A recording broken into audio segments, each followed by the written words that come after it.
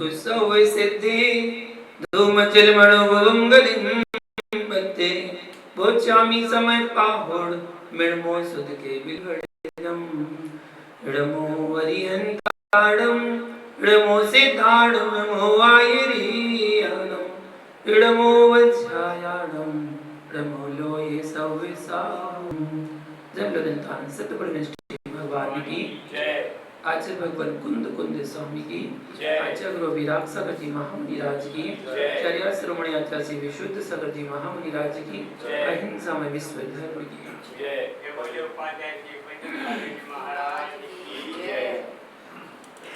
आचार्य भगवान कुंद कुंद स्वामी यहाँ पर बंद अधिकार में 247 नंबर गाथा में मिथ्या दृष्टि के आशय को कहते हैं। मिथ्या दृष्टि का आशय क्या है? गाथा कहते हैं जो मैं नदीन सामी हिंसित जामी अपरे ही सत्य हिम सो मूड़ो रानी इतो दुबिवरी दो। या बताते हैं या मन्यते जो पुरुष ऐसा मानता है कि हिंसमी मतलब मैं पर जीव को मारता हूं, मतलब और परे सत्वे मतलब पर जीवों द्वारा मैं हिंसे मतलब मारा जाता हूं। मैं पर जीवों को मारता हूं, पर जीव के द्वारा मैं मारा जाता हूं। सा मूढ़ा वह पुरुष, मूढ़ा मतलब मोही है, अज्ञानी मतलब अज्ञानी है। तो अतः मतलब और जो इससे विपरीत है ज्ञानी वह ज्ञानी है। इससे जो विपरीत है वो ज्ञानी कहा जाता है।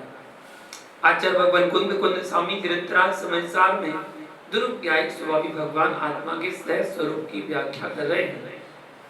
जैन दर्शन में दो दृष्टियां हैं, एक तो परात्म दृष्टि और दूसरी व्यवहार दृष्टि। दोनों दृष्टियों की व्याख्या है। अभाव दोनों का ही नहीं है, तो वस्तु जो है वह उभयात्मक है।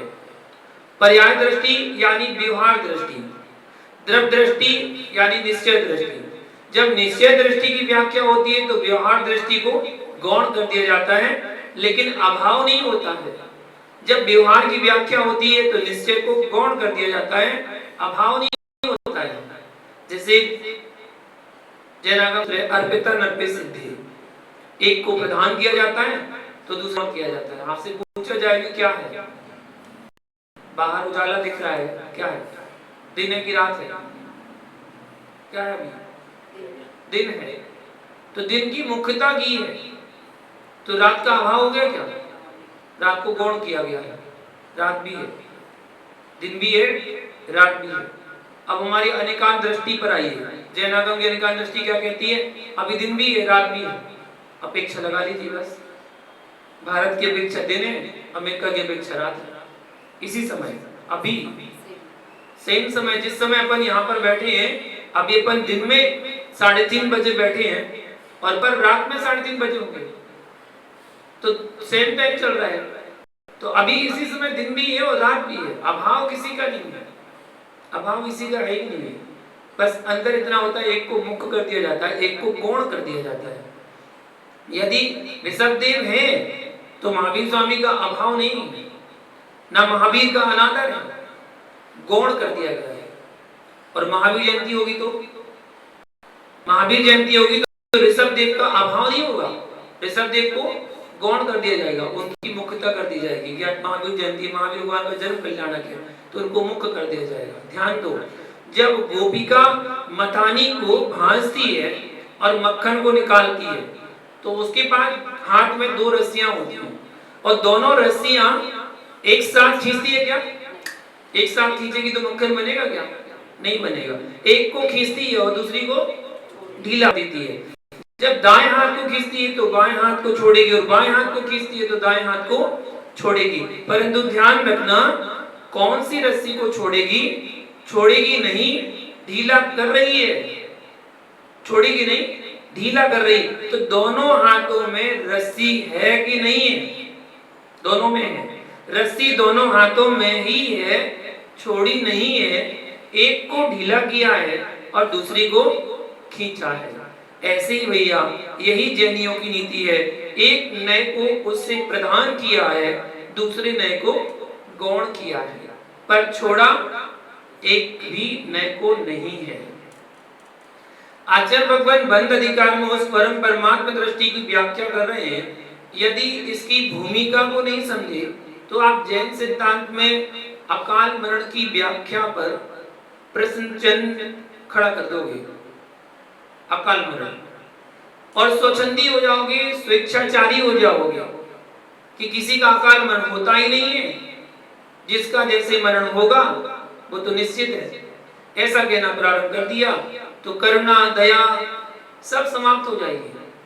मनचाही प्रवृत्ति करने लगोगे, जीवों को मारना, बोले उनका समय आ गया था इसलिए मर गए, वो तो हमने थोड़ी मारा, वो तो उनका मरण होना था। अगर आपने अकाल मरण सिद्धांत को अगर घटित नहीं किया, त्रियंच और मनुष्यों का अकाल मरण होता है, अकाल मरण हो सकता है, ये तो सिद्धांत है। अगर इसको आपने स्वीकार नहीं किया तो अंदर से दया करना समाप्त हो जाएगी, क्योंकि जो जीव जहां दिख रहे हैं, अभी आप बड़े ध्यान से अपनी क्रिया करते हैं और थोड़ा सा देख के कदमों को रखना, सामान उठाना, रखना, जो भी करना, क्योंकि जीवों की हिंसा ना हो, ये सोच के करते हैं।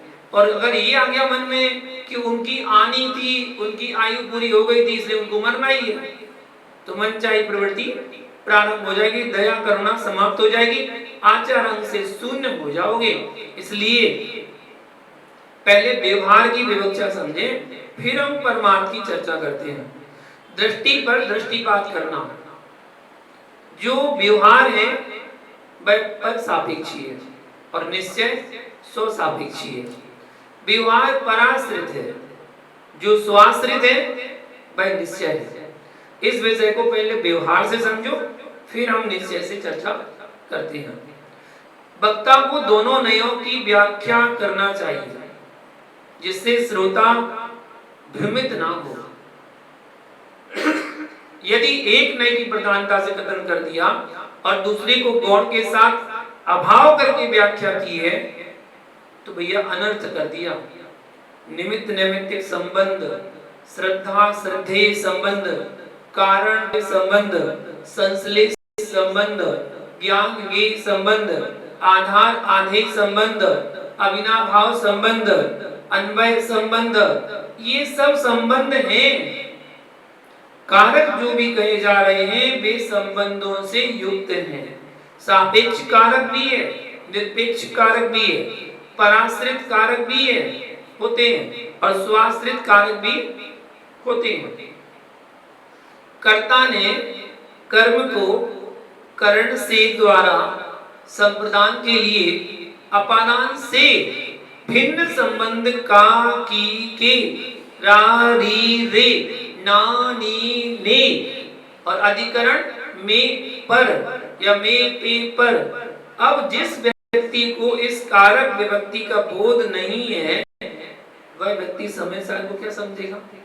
जो षड विभक्ति को नहीं जानता, आगम के गूढ़ रहस्यों को समझने के लिए व्याकरण की आवश्यकता है। अध्यात्म की व्याख्या करोगे तो कारक चाहिए, और दर्शन की व्याख्या करोगे तो कारक चाहिए। आत्मा ने आत्मा को आत्मा के द्वारा, आत्मा के लिए, आत्मा से आत्मा में लीन किया, यह षड विभक्ति लगाना, तो आत्मा ही सब कुछ है। अभेद कारक, मिट्टी ने मिट्टी को मिट्टी के द्वारा, मिट्टी के लिए, मिट्टी से मिट्टी में घट निर्मित किया, षड विभक्ति लगी। उपादान कारक अभेद कारक है। कुंभकार ने मिट्टी को चक्की के द्वारा पानी भरने के लिए अपने हाथ से अपने से भिन्न नाना जीवों को पानी पिलाने के लिए अपने घर में घट को तैयार किया। दोनों में क्या सत्य है? मिट्टी से मिट्टी ने घट तैयार किया वह सत्य है कि कुंभकार ने घट तैयार किया वह सत्य है? समझो। समझो ज्ञानी कौन सत्य है? यदि आप ये कहोगे कुंभकार वाला घट सत्य है कि कुंभकार ने घट तैयार किया है, तो यदि मिट्टी नहीं होती तो कुंभकार घट बना सकता था क्या? यदि आप ये कहो कि मिट्टी वाला सही है तो मिट्टी को रख दो, घट बनाकर दिखाइए, मिट्टी अपने आप घट बन जाएगी क्या? योग्यता की दृष्टि से उपादान सत्य है, तो निमित्त की दृष्टि से भिन्न कारक सत्य है, अभिन्न कारक भी सत्य है, भिन्न कारक भी सत्य है। मात्र संयोगिता से कार्य की सिद्धि नहीं होती है, मात्र निमित्त से कार्य की सिद्धि नहीं होती है। योग निमित्त और योग उपादान की प्राप्ति होने पर कार्य की सिद्धि होती है। योग उपादान योग इंद्रियसना सुरता मता द्रव्यादि स्वादि संपत्ता बात मनोप्यात्मता बताया। श्लोक ग्रंथ में कहा है दूसरे नंबर श्लोक में, योग्य उपादान चाहिए, योग निमित्त चाहिए, तभी कार्य की सिद्धि होगी। खदान में हाथ डालो और सोना मिल जाए, खदान तो सोने की है, नाम तो उसका क्या है, सोने की खदान है, तो सोने की खदान में ऐसा हाथ डालो और हाथ में सोना मिल जाए, ऐसा हो सकता क्या? नहीं, सोने के तो कण होते हैं, कण पत्थर के बीच में वो कण रहते हैं, उस पत्थर को गर्म ताव में तपाया जाता है, उसमें से कुछ अशुद्धि अलग होती है, फिर दूसरे ताव में तपाते हैं, फिर कुछ अलग हुआ, फिर तीसरे ताव में फिर कुछ अलग हुआ, फिर चौथा पांचवा छठवां सातवां दसवां बारहवां तेरहवां चौदहवां तपाते जाते हैं और अशुद्धियां खत्म होती जाती हैं, होती जाती हैं, होती जाती हैं। जब 16 ताव में सोना तपाया जाता है, वो जो निकाला है खदान से, तब जाके 24 कैरेट का शुद्ध सोना बनता है। अगर 24 कैरेट का शुद्ध सोना प्राप्त करना चाहते हो तो 16 ताव में उसको तपाना पड़ेगा, तभी वो आभूषण बनने योग्य होगा। आभूषण बना सकते हो, उसके आभूषण पहन पाएंगे, वरना वो शुद्ध सोना नहीं कहलाएगा। तो योग उपादान चाहिए, आप खदान में हाथ डाल के सोना नहीं निकाल सकते हैं, योग निमित्त चाहिए। अगर योग निमित्त नहीं मिलेगा तो उसको ऐसे ही बर्बाद हो जाएगा, वो पत्थर, वो सोने का खदान का पत्थर भी ऐसे ही बर्बाद हो जाएगा, कोई काम का नहीं रहेगा, उसे निमित्त भी योग चाहिए। जैसे पाषाण खदान से अच्छा निकाला गया, बहुत अच्छा सुंदर पाषाण निकला है, लेकिन अगर योग शिल्पकार के हाथ में नहीं लगा तो बाथरूम में बिछाने काम आएगा, धोबी कपड़े धोएगा उस पर।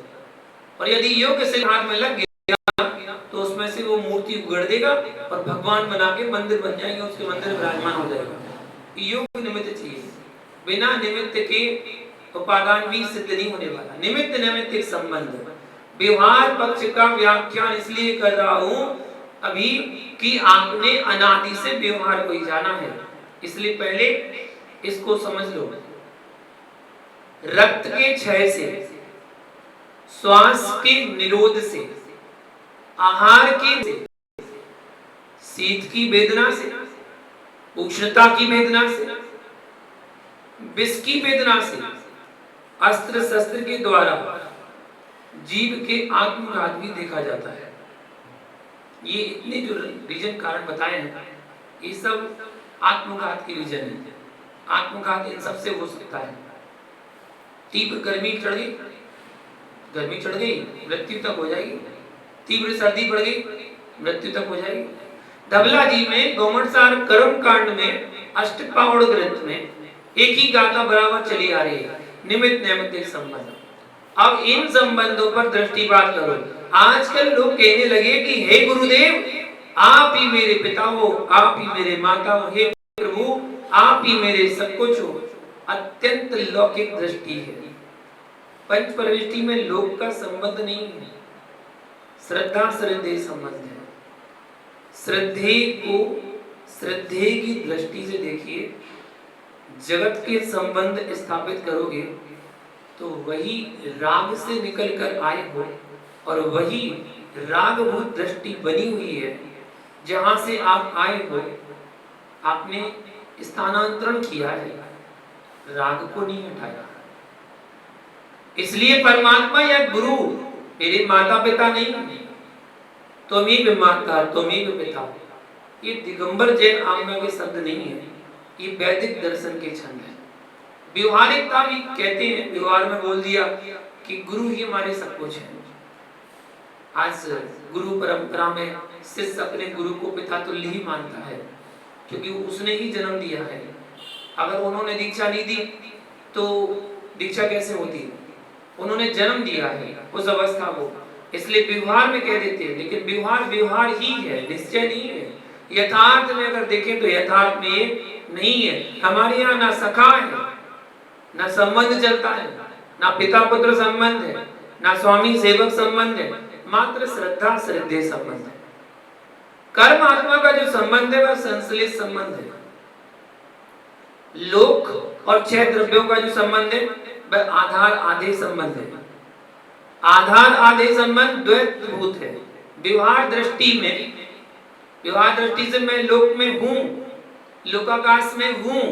यदि लोकाकाश में मैं ही हूं ऐसा एकांत मानते हो तो अनवस्था नाम का दोष आता है। क्यों? आप लोक में हैं, लोक किसमें है? आप लोक में हैं तो लोक किसमें है? क्या आपकी धारणा यह है कि लोक शेषनाग की पीठ पर टिका हुआ है कि कछुआ की पीठ पर टिका हुआ है? यदि लोक इनकी पीठों पर है तो वे किस पर है? वो किस पर है? इसलिए ध्यान देना, व्यवहार में से षट द्रव्य लोकाकाश में है, परंतु लोक का अर्थ समझिए। धर्मा धर्मादीनि द्रव्याणि यज लोक्यन्ति सा लोक इति। सर्वार्थ सिद्धि में कहा टीका में कि जिसमें देखे जाते हैं छह द्रव्य उसका नाम है लोक। जीव अजीव पुद्गल धर्म धर्माकाश काल, जीव पुद्गल धर्म धर्माकाश काल, ये छह द्रव्य जिसमें देखे जाते हैं वो लोक है। लोक का अर्थ छह द्रव्य है, छह द्रव्य ही लोक है। लोकाकाश अलोकाकाश, आकाश के दो भेद किए। जिस आकाश में छह द्रव्य हैं वह आकाश लोकाकाश है, और जिस आकाश में छह द्रव्य का अवस्था नहीं है मात्र आकाश है वह अलोकाकाश कहलाता है। मैं भी लोक हूं, आप लोग लोक हो कि नहीं हो? जीव अजीव ये सब लोक हैं, तो किस लोक में हैं? कोमटसार जीव कांड में अंडर, आवास, पुलवी, देह, ये व्याख्या है। मैं मध्य लोक में हूं, मैं भरत क्षेत्र में हूं, मैं पश्चिम बंगाल में हूं, मैं हावड़ा में हूं, मैं बंगवासी में हूं, मैं पारसनाथ चैत्यालय में हूं। आप जिधान में बैठे हो वहां पर हो, अपने शरीर में हो। मैं जहां हूं वहां परमार्थ दृष्टि से प्रत्येक द्रव्य स्वप्रतिष्ठित है, व्यवहार दृष्टि से लोकाकाश में है। यदि स्वप्रतिष्ठित नहीं मानते हो तो अनवस्था नाम का दोष कहलाएगा। स्वप्रतिष्ठित है, जब ये संबंधों को आपने जाना तो उसमें निमित्त नैमित्तिक संबंध भी है। व्यवहार में से यह जीव रक्षा भी करता है। परस्पर उग्रो जीवन, 5वें अध्याय में कहा तत्पर सूत्र है। निमित्त कदर होने पर भी क्या उपादान का अभाव है? निमित्त प्रभावित करता है कि उपादान की योग्यता भी है। दोनों समझना। बहिरंग निमित्त कभी भी कार्य रूप परिणत नहीं होता। जैसे उदाहरण दिया था ना, बेलन कभी रोटी नहीं बनती, पाटा पटा कभी रोटी नहीं बनता। जो रोटी बना रहा है वो कभी रोटी नहीं बनता। रोटी कौन बनता है? लोई। जो आटे की लोई है वो रोटी बनती है। तो क्या इनकी बिना रोटी बन जाती है? बिना बनाने वाले के, बिना चका बेलना पटा बेलना के रोटी बन जाती है? नहीं, रोटी वो नहीं बनते हैं। रोटी को, लोई को ही रोटी बनना होता है, लेकिन उनके बिना रोटी नहीं बन पा रही है। तो बहिरंग निमित्त कभी भी कार्य रूप परिणत नहीं होते।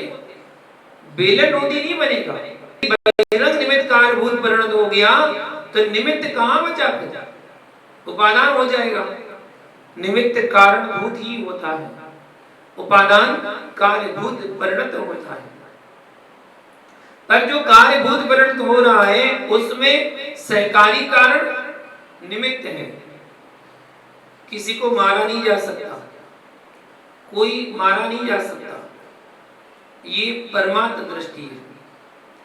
व्यवहार से व्याख्या वह करना जो लोक में अनास्था का कारण न बन जाए, पर लोक की अनास्था को देखकर नहीं, आगम की व्यवस्था को देखकर। पर से घात नहीं होता क्या? यह भी सत्य है कि नहीं? नहीं होता। यह भी सत्य है कि नहीं होता। लेकिन पर से घात नहीं होता क्या? यह भी सत्य है कि होता है।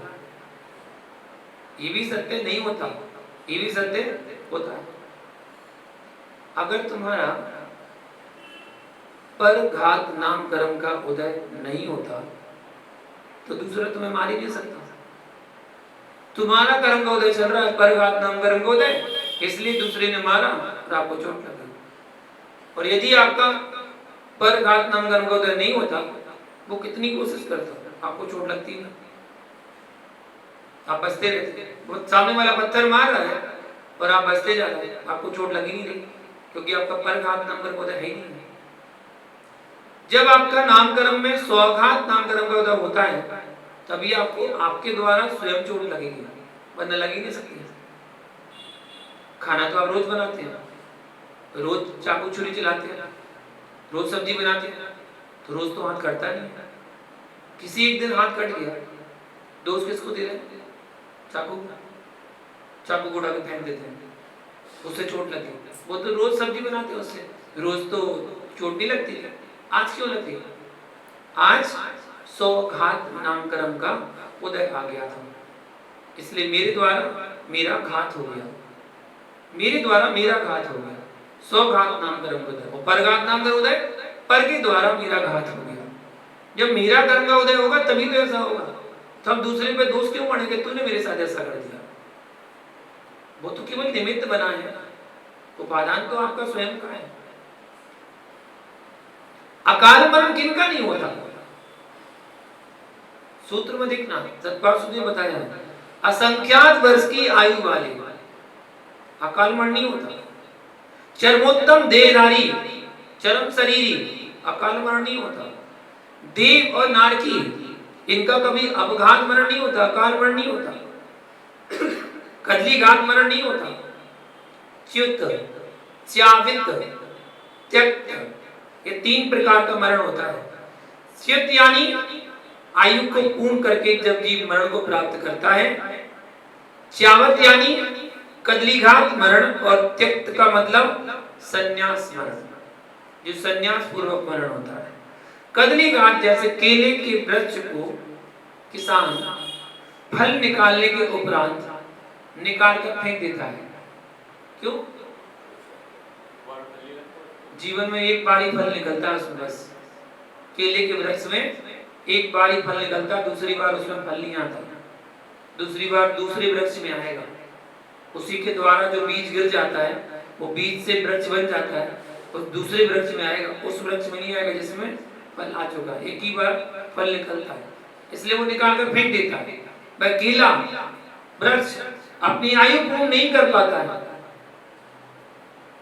अपनी आयु पूरी नहीं कर पाता है, उसको किसान पहले ही काट के फेंक देगा, आयु पूरी नहीं कर पाएगा, उसे समय से पहले निकाल कर फेंक दिया जाता है। इसी प्रकार से जीव अपनी आयु पूर्ण ना कर सके, किसी निमित्त के माध्यम से उसका विनाश हो रहा है, इसका नाम कदली घात मरण कहलाता है। इसलिए कदली घात नाम पड़ा है, क्योंकि केले का वृक्ष कभी अपनी आयु पूरी नहीं कर पाता है। ये सटखंडागम से बोल रहा हूं, सटखंडागम में ऐसा ही लिखा है। तो आयु के निषेकों का क्या होगा? कदली घात हो गया तो आयु के निषेकों का क्या होगा?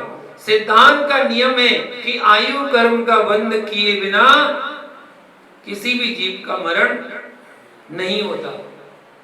आयु कर्म का बंध तो पहले होगा, तभी उसका मरण होगा। ये सब फालतू की बकवास, आत्मा भटक रही है।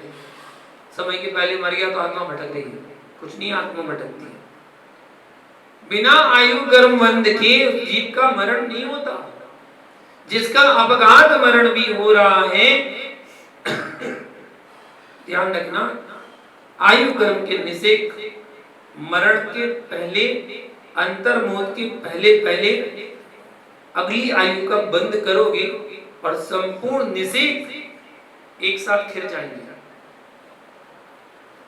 संपूर्ण निषेध खिरने की अपेक्षा से स्वकाल मरण ही है। अपेक्षा लगाना, जहां जिस समय आपके आयु कर्म पूरे निषेध खिर गए तो वो तो स्वकाल मरण है, दीर्घ समय तक चलने वाले थे, ये समय से पहले निकल गए, इसलिए अकाल मरण है। लेकिन जिनकी ये धारणा है कि आत्मा भटक रही है, भैया एक समय, दो समय, तीन समय से अधिक जीव अनारत नहीं होता। एक दुर्त्रिबाना हार का नियम से किसी न किसी पर्याय को प्राप्त करेगा, बंद करेगा।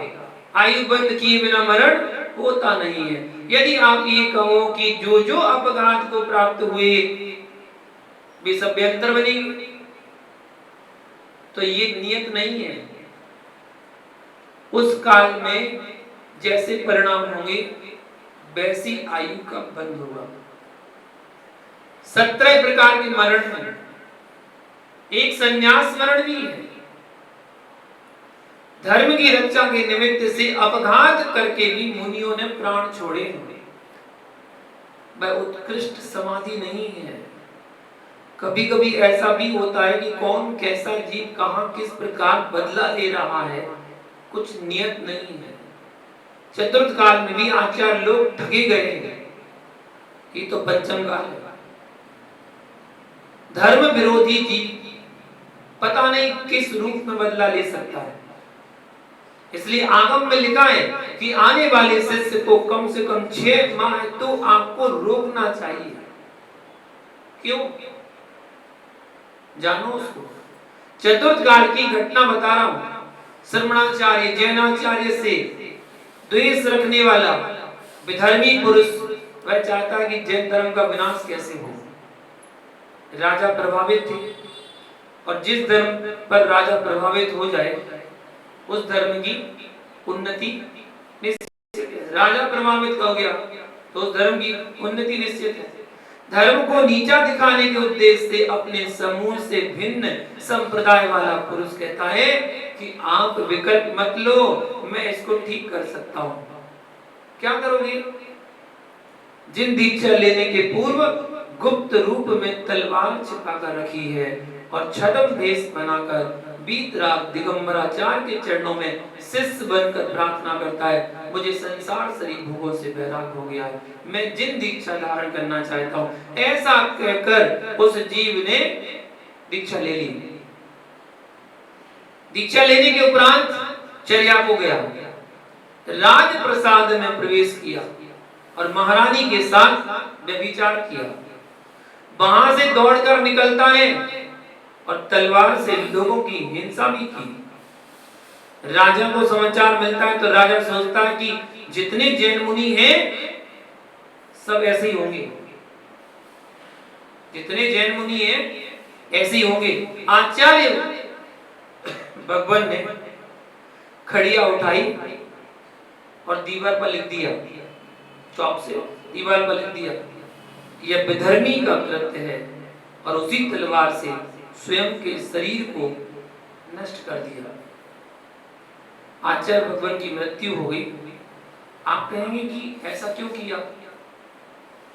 यदि वे जीवित रहते तो पूरे संघ का नाश होता। अगर वो जीवित रहते तो पूरे संघ का नाश होता। जीवित रहते तो उनकी कोई नहीं सुनता, लेकिन जो दीवार पर लिखा था उसको सबने स्वीकार कर लिया कि ये विधर्मी ने किया है जैन धर्म के नाश के लिए। आश्चर्य है। हमारे वीतरागी आचार्य ने इतना तक सहन किया है कि प्राण दे दिए पर धर्म रक्षा की है। उत्कृष्ट समाधि नहीं है, यह हीन समाधि है। पर ऐसा भी हुआ है, यह मरण करने का ग्रंथ से बोल रहा हूं, इसलिए ध्यान रखना कि किस काल में कैसे जीव हैं और किन जीवों की अंतरंग दशा क्या चल रही है। इतना तो देखा गया है, एक व्यक्ति ने मुनिराज का आहारचर्या करा रहा था और मुनिराज की परीक्षा लेने के लिए अपने हाथों से मुनिराज की अंजलि में बाल रखा, अपने हाथों से। कैसा पापी जीव होगा वो कि मुनिराज अंतरा करते हैं कि नहीं, कि नीचे गिरा देते हैं। ये देखने के लिए, परीक्षा लेने के लिए, जैसे मुनिराज की अंजलि में बाल आया बैठ, और क्या क्या कर रहे हैं, वो गलती से हो गया, गलती से हो गया, गलती से हो गया। परीक्षा की दृष्टि से उसने अपने मित्र से कहा कि मैं तो देख रहा था, परीक्षा ले रहा था कि अंतराय करते हैं। ऐसे भी घोर पापी जीव हुए संसार में। बहिरंग दशा क्या चल रही है, कोई शंका मत कहलाना। पुनः इस बात को दोहरा देना, भैया जिसे तुम साचा कह रहे हो उसे तुम पर्याय से दिख रहे हो। यानी मैं सोचा हूं, साचा हूं तेरे लिए, यह पर से मत पूछना। जितना अच्छे से अपने को मालूम है, दुनिया को क्या मालूम है कि मैं क्या हूं, मैं क्या हूं, जितना मुझे मालूम है उतना किसी और को क्या पता कि मैं कैसा हूं, आप क्या हो। कुछ लोगों की आदत में होता है, आपसे पूछते हैं कि मेरे से कोई गलती तो नहीं हो गई, ये प्रशंसा के लिए पूछा जा रहा है। भैया तेरे से गलती हो ही रही है तो तुझे मालूम है, गलती तेरे से हो रही है तो तुझे मालूम है, नहीं हो रही है तो भी तुझे मालूम है। शब्द में भी कुछ रहस्य है कि मेरे से कोई गलती तो नहीं हो रही है। अरे भाई आप ये चाहते हो कि कोई आपसे ये कहे कि आपसे कहां गलती हो सकती है, आप तो भगवान हो। यानी ये झूठी प्रशंसा तुझे भूतार्थ मारे से च्युत करने वाली है। अपनी प्रशंसा सुनना चाहता है, ध्यान दो, सम्यक मार्ग समझ करके यह भी आपको समझना है कि अपघात किसका नहीं होता और किसका होता है। चरमोत्तम शब्द का प्रयोग है, ना कि चरम शरीर शब्द का प्रयोग है। चरमोत्तम का तात्पर्य तत्वार्थ राजवार्तिक ग्रंथ में स्पष्ट किया गया है, या तीर्थंकर को ग्रहण करना, सामान्य केवली को ग्रहण नहीं करना। दोनों में अंतर समझना। गुरुदत्त आदि पांडव आदि मुनियों के लिए आज हमने अकाल मरण स्वीकार किया है, उपसर्ग हुआ, उपसर्ग केवली हुए। चरम शरीरी का अकाल मरण होता है, पर चरमोत्तम देहधारी तीर्थंकर का अकाल मरण नहीं होता। असंख्यात वर्ष की आयु से तात्पर्य भोगभूमिया जीव को ग्रहण करना, ना कि कर्म भूमिया जीव को, क्योंकि भोगभूमिया जीव का अकाल मरण नहीं होता। कर्म भूमिया जीव में तो देखा जाता है, नारायण कृष्ण को बाण लगा था, रावण का भी घात हुआ था, तो तत्वार्थ सूत्र में हुआ कथन क्या है, वह भूतार्थ है कि अभूतार्थ है। भूतार्थ अभूतार्थ को दो दृष्टियों में देखना। जो असत्य है वह है, ना कि नहीं है। यदि नहीं है तो असत्य क्या, और है तो असत्य क्या। असत्य भी सत्य ही होता है, फिर असत्य क्यों। किसी से आपने यह कहा कि ये झूठ बोल रहा है, तो झूठ जो बोल रहा है उसकी सत्ता है कि नहीं। यदि झूठ की सत्ता नहीं है तो आप असत्य बोल सकते हो। यहां पर सांप नहीं है, रस्सी है।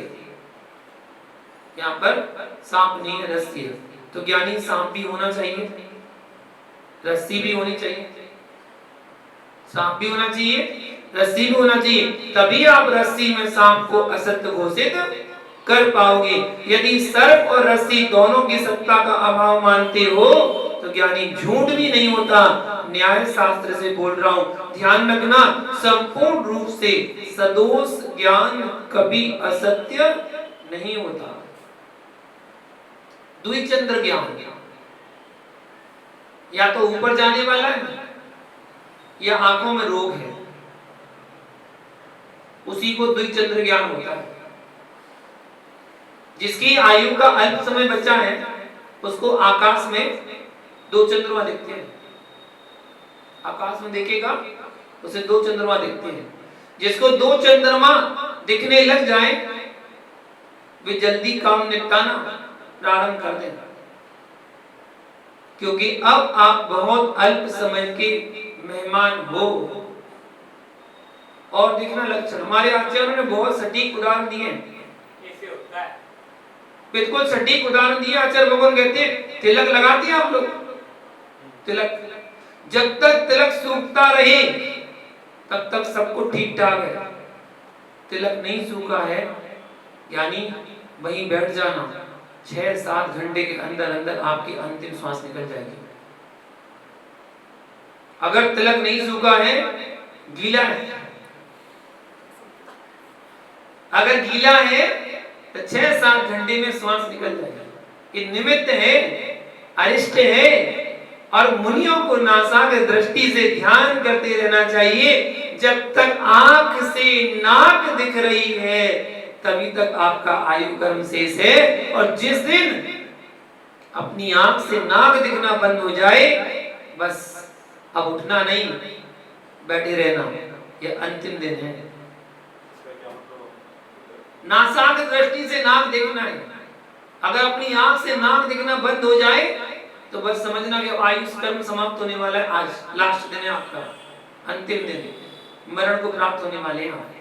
इसलिए उठना मत, वहीं चारों प्रकार के आहार का त्याग कर देना और बैठ जाना। जिसका द्विचंद्र ज्ञान हो रहा है, क्या दो चंद्रमा एक साथ हो सकते हैं? नहीं होते। यदि कोई कह रहा है कि मुझे दो चंद्र दिख रहे हैं तो इसमें कहीं सत्यता है कि नहीं? हाँ, दो चंद्रमा नहीं है, ये तो छोटापन है। लेकिन दो चंद्र दिखने से मतलब एक चंद्रमा तो होना ही चाहिए। ये तो या तो नेत्र का दोष है अथवा आयु कर्म के निषेक नष्ट होने वाले हैं।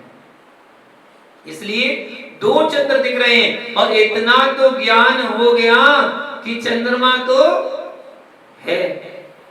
इतना तो ज्ञान हो गया कि चंद्रमा तो है।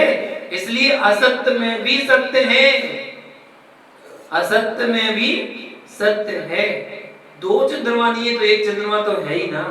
सत्ता को तो स्वीकारना ही पड़ेगा कि चंद्रमा का अस्तित्व तो है, चंद्रमा तो होता है। इसलिए ध्यान रखना, निमित्त नैमित्तिक दृष्टि से अकाल मरण भी होता है। जिनका नहीं होता है उनका आगम में कथन कर दिया। इसको सिद्धांत की भाषा में कदलीघात मरण कहते हैं। और त्यक्त मरण जो है वह सल्लिखना मरण है, इंगिनी मरण, भक्त प्रत्याख्यान मरण, प्रायोपगमन मरण। प्रायोपगमन मरण और इंगिनी मरण पंचम काल में नहीं होता। पंचम काल में निषेध है, हो ही नहीं सकता। जो साधक स्वयं के शरीर की सेवा ना पर से करवाता है ना स्वयं करता है वह प्रायोपगमन मरण है, वह पंचम काल में संभव नहीं है। इंगिनी मरण में दूसरे से शरीर की सेवा नहीं करवाई, किसी का आश्रय नहीं ले रहे, लेकिन स्वयं से स्वयं की सेवा कर सकते हैं। यह पंचम काल में संभव नहीं है। तीसरा मरण है भक्त प्रत्याख्यान, सल्लेखना का भक्त प्रत्याख्यान मरण। स्वयं से भी सेवा कर सकते हैं और दूसरे से भी सेवा करवा सकते हैं। भक्त प्रत्याख्यान मरण यह पंचम काल में संभव है। इसका उत्कृष्ट काल 12 वर्ष का होता है। भक्त प्रत्याख्यान का मरण उत्कृष्ट काल 12 वर्ष का है। जघन्य काल अंतर्मूर्त और मध्यम काल असंख्यात पल। त्यक्त मरण क्यों कहा? बुद्धि पूर्वक अपने जीवन को छोड़ना है, लेकिन ध्यान रखना सल्लिखना तो सल्लिखना ही है, आत्मघात नहीं है। परिणामों की क्रूरता से, संक्लेश परिणामों से, बहिरंग निमित्तों को लेकर के जो प्राणों का घात कर रहा है वह अपघात, अकाल मरण है। लेकिन संलेखना में निश्चित आयु तो नष्ट होगी ही होगी। शांत परिणामों से स्वात्म साधना करते हुए, पंच परमेष्ठी की आराधना करते हुए जो प्राणों का विसर्जन है, इसका नाम संलेखना मरण है। यह भी ध्यान रखना। होता यह है कि जहां समाधि हो रही हो, बहुत सारे लोग श्रेय लूटना चाहते हैं।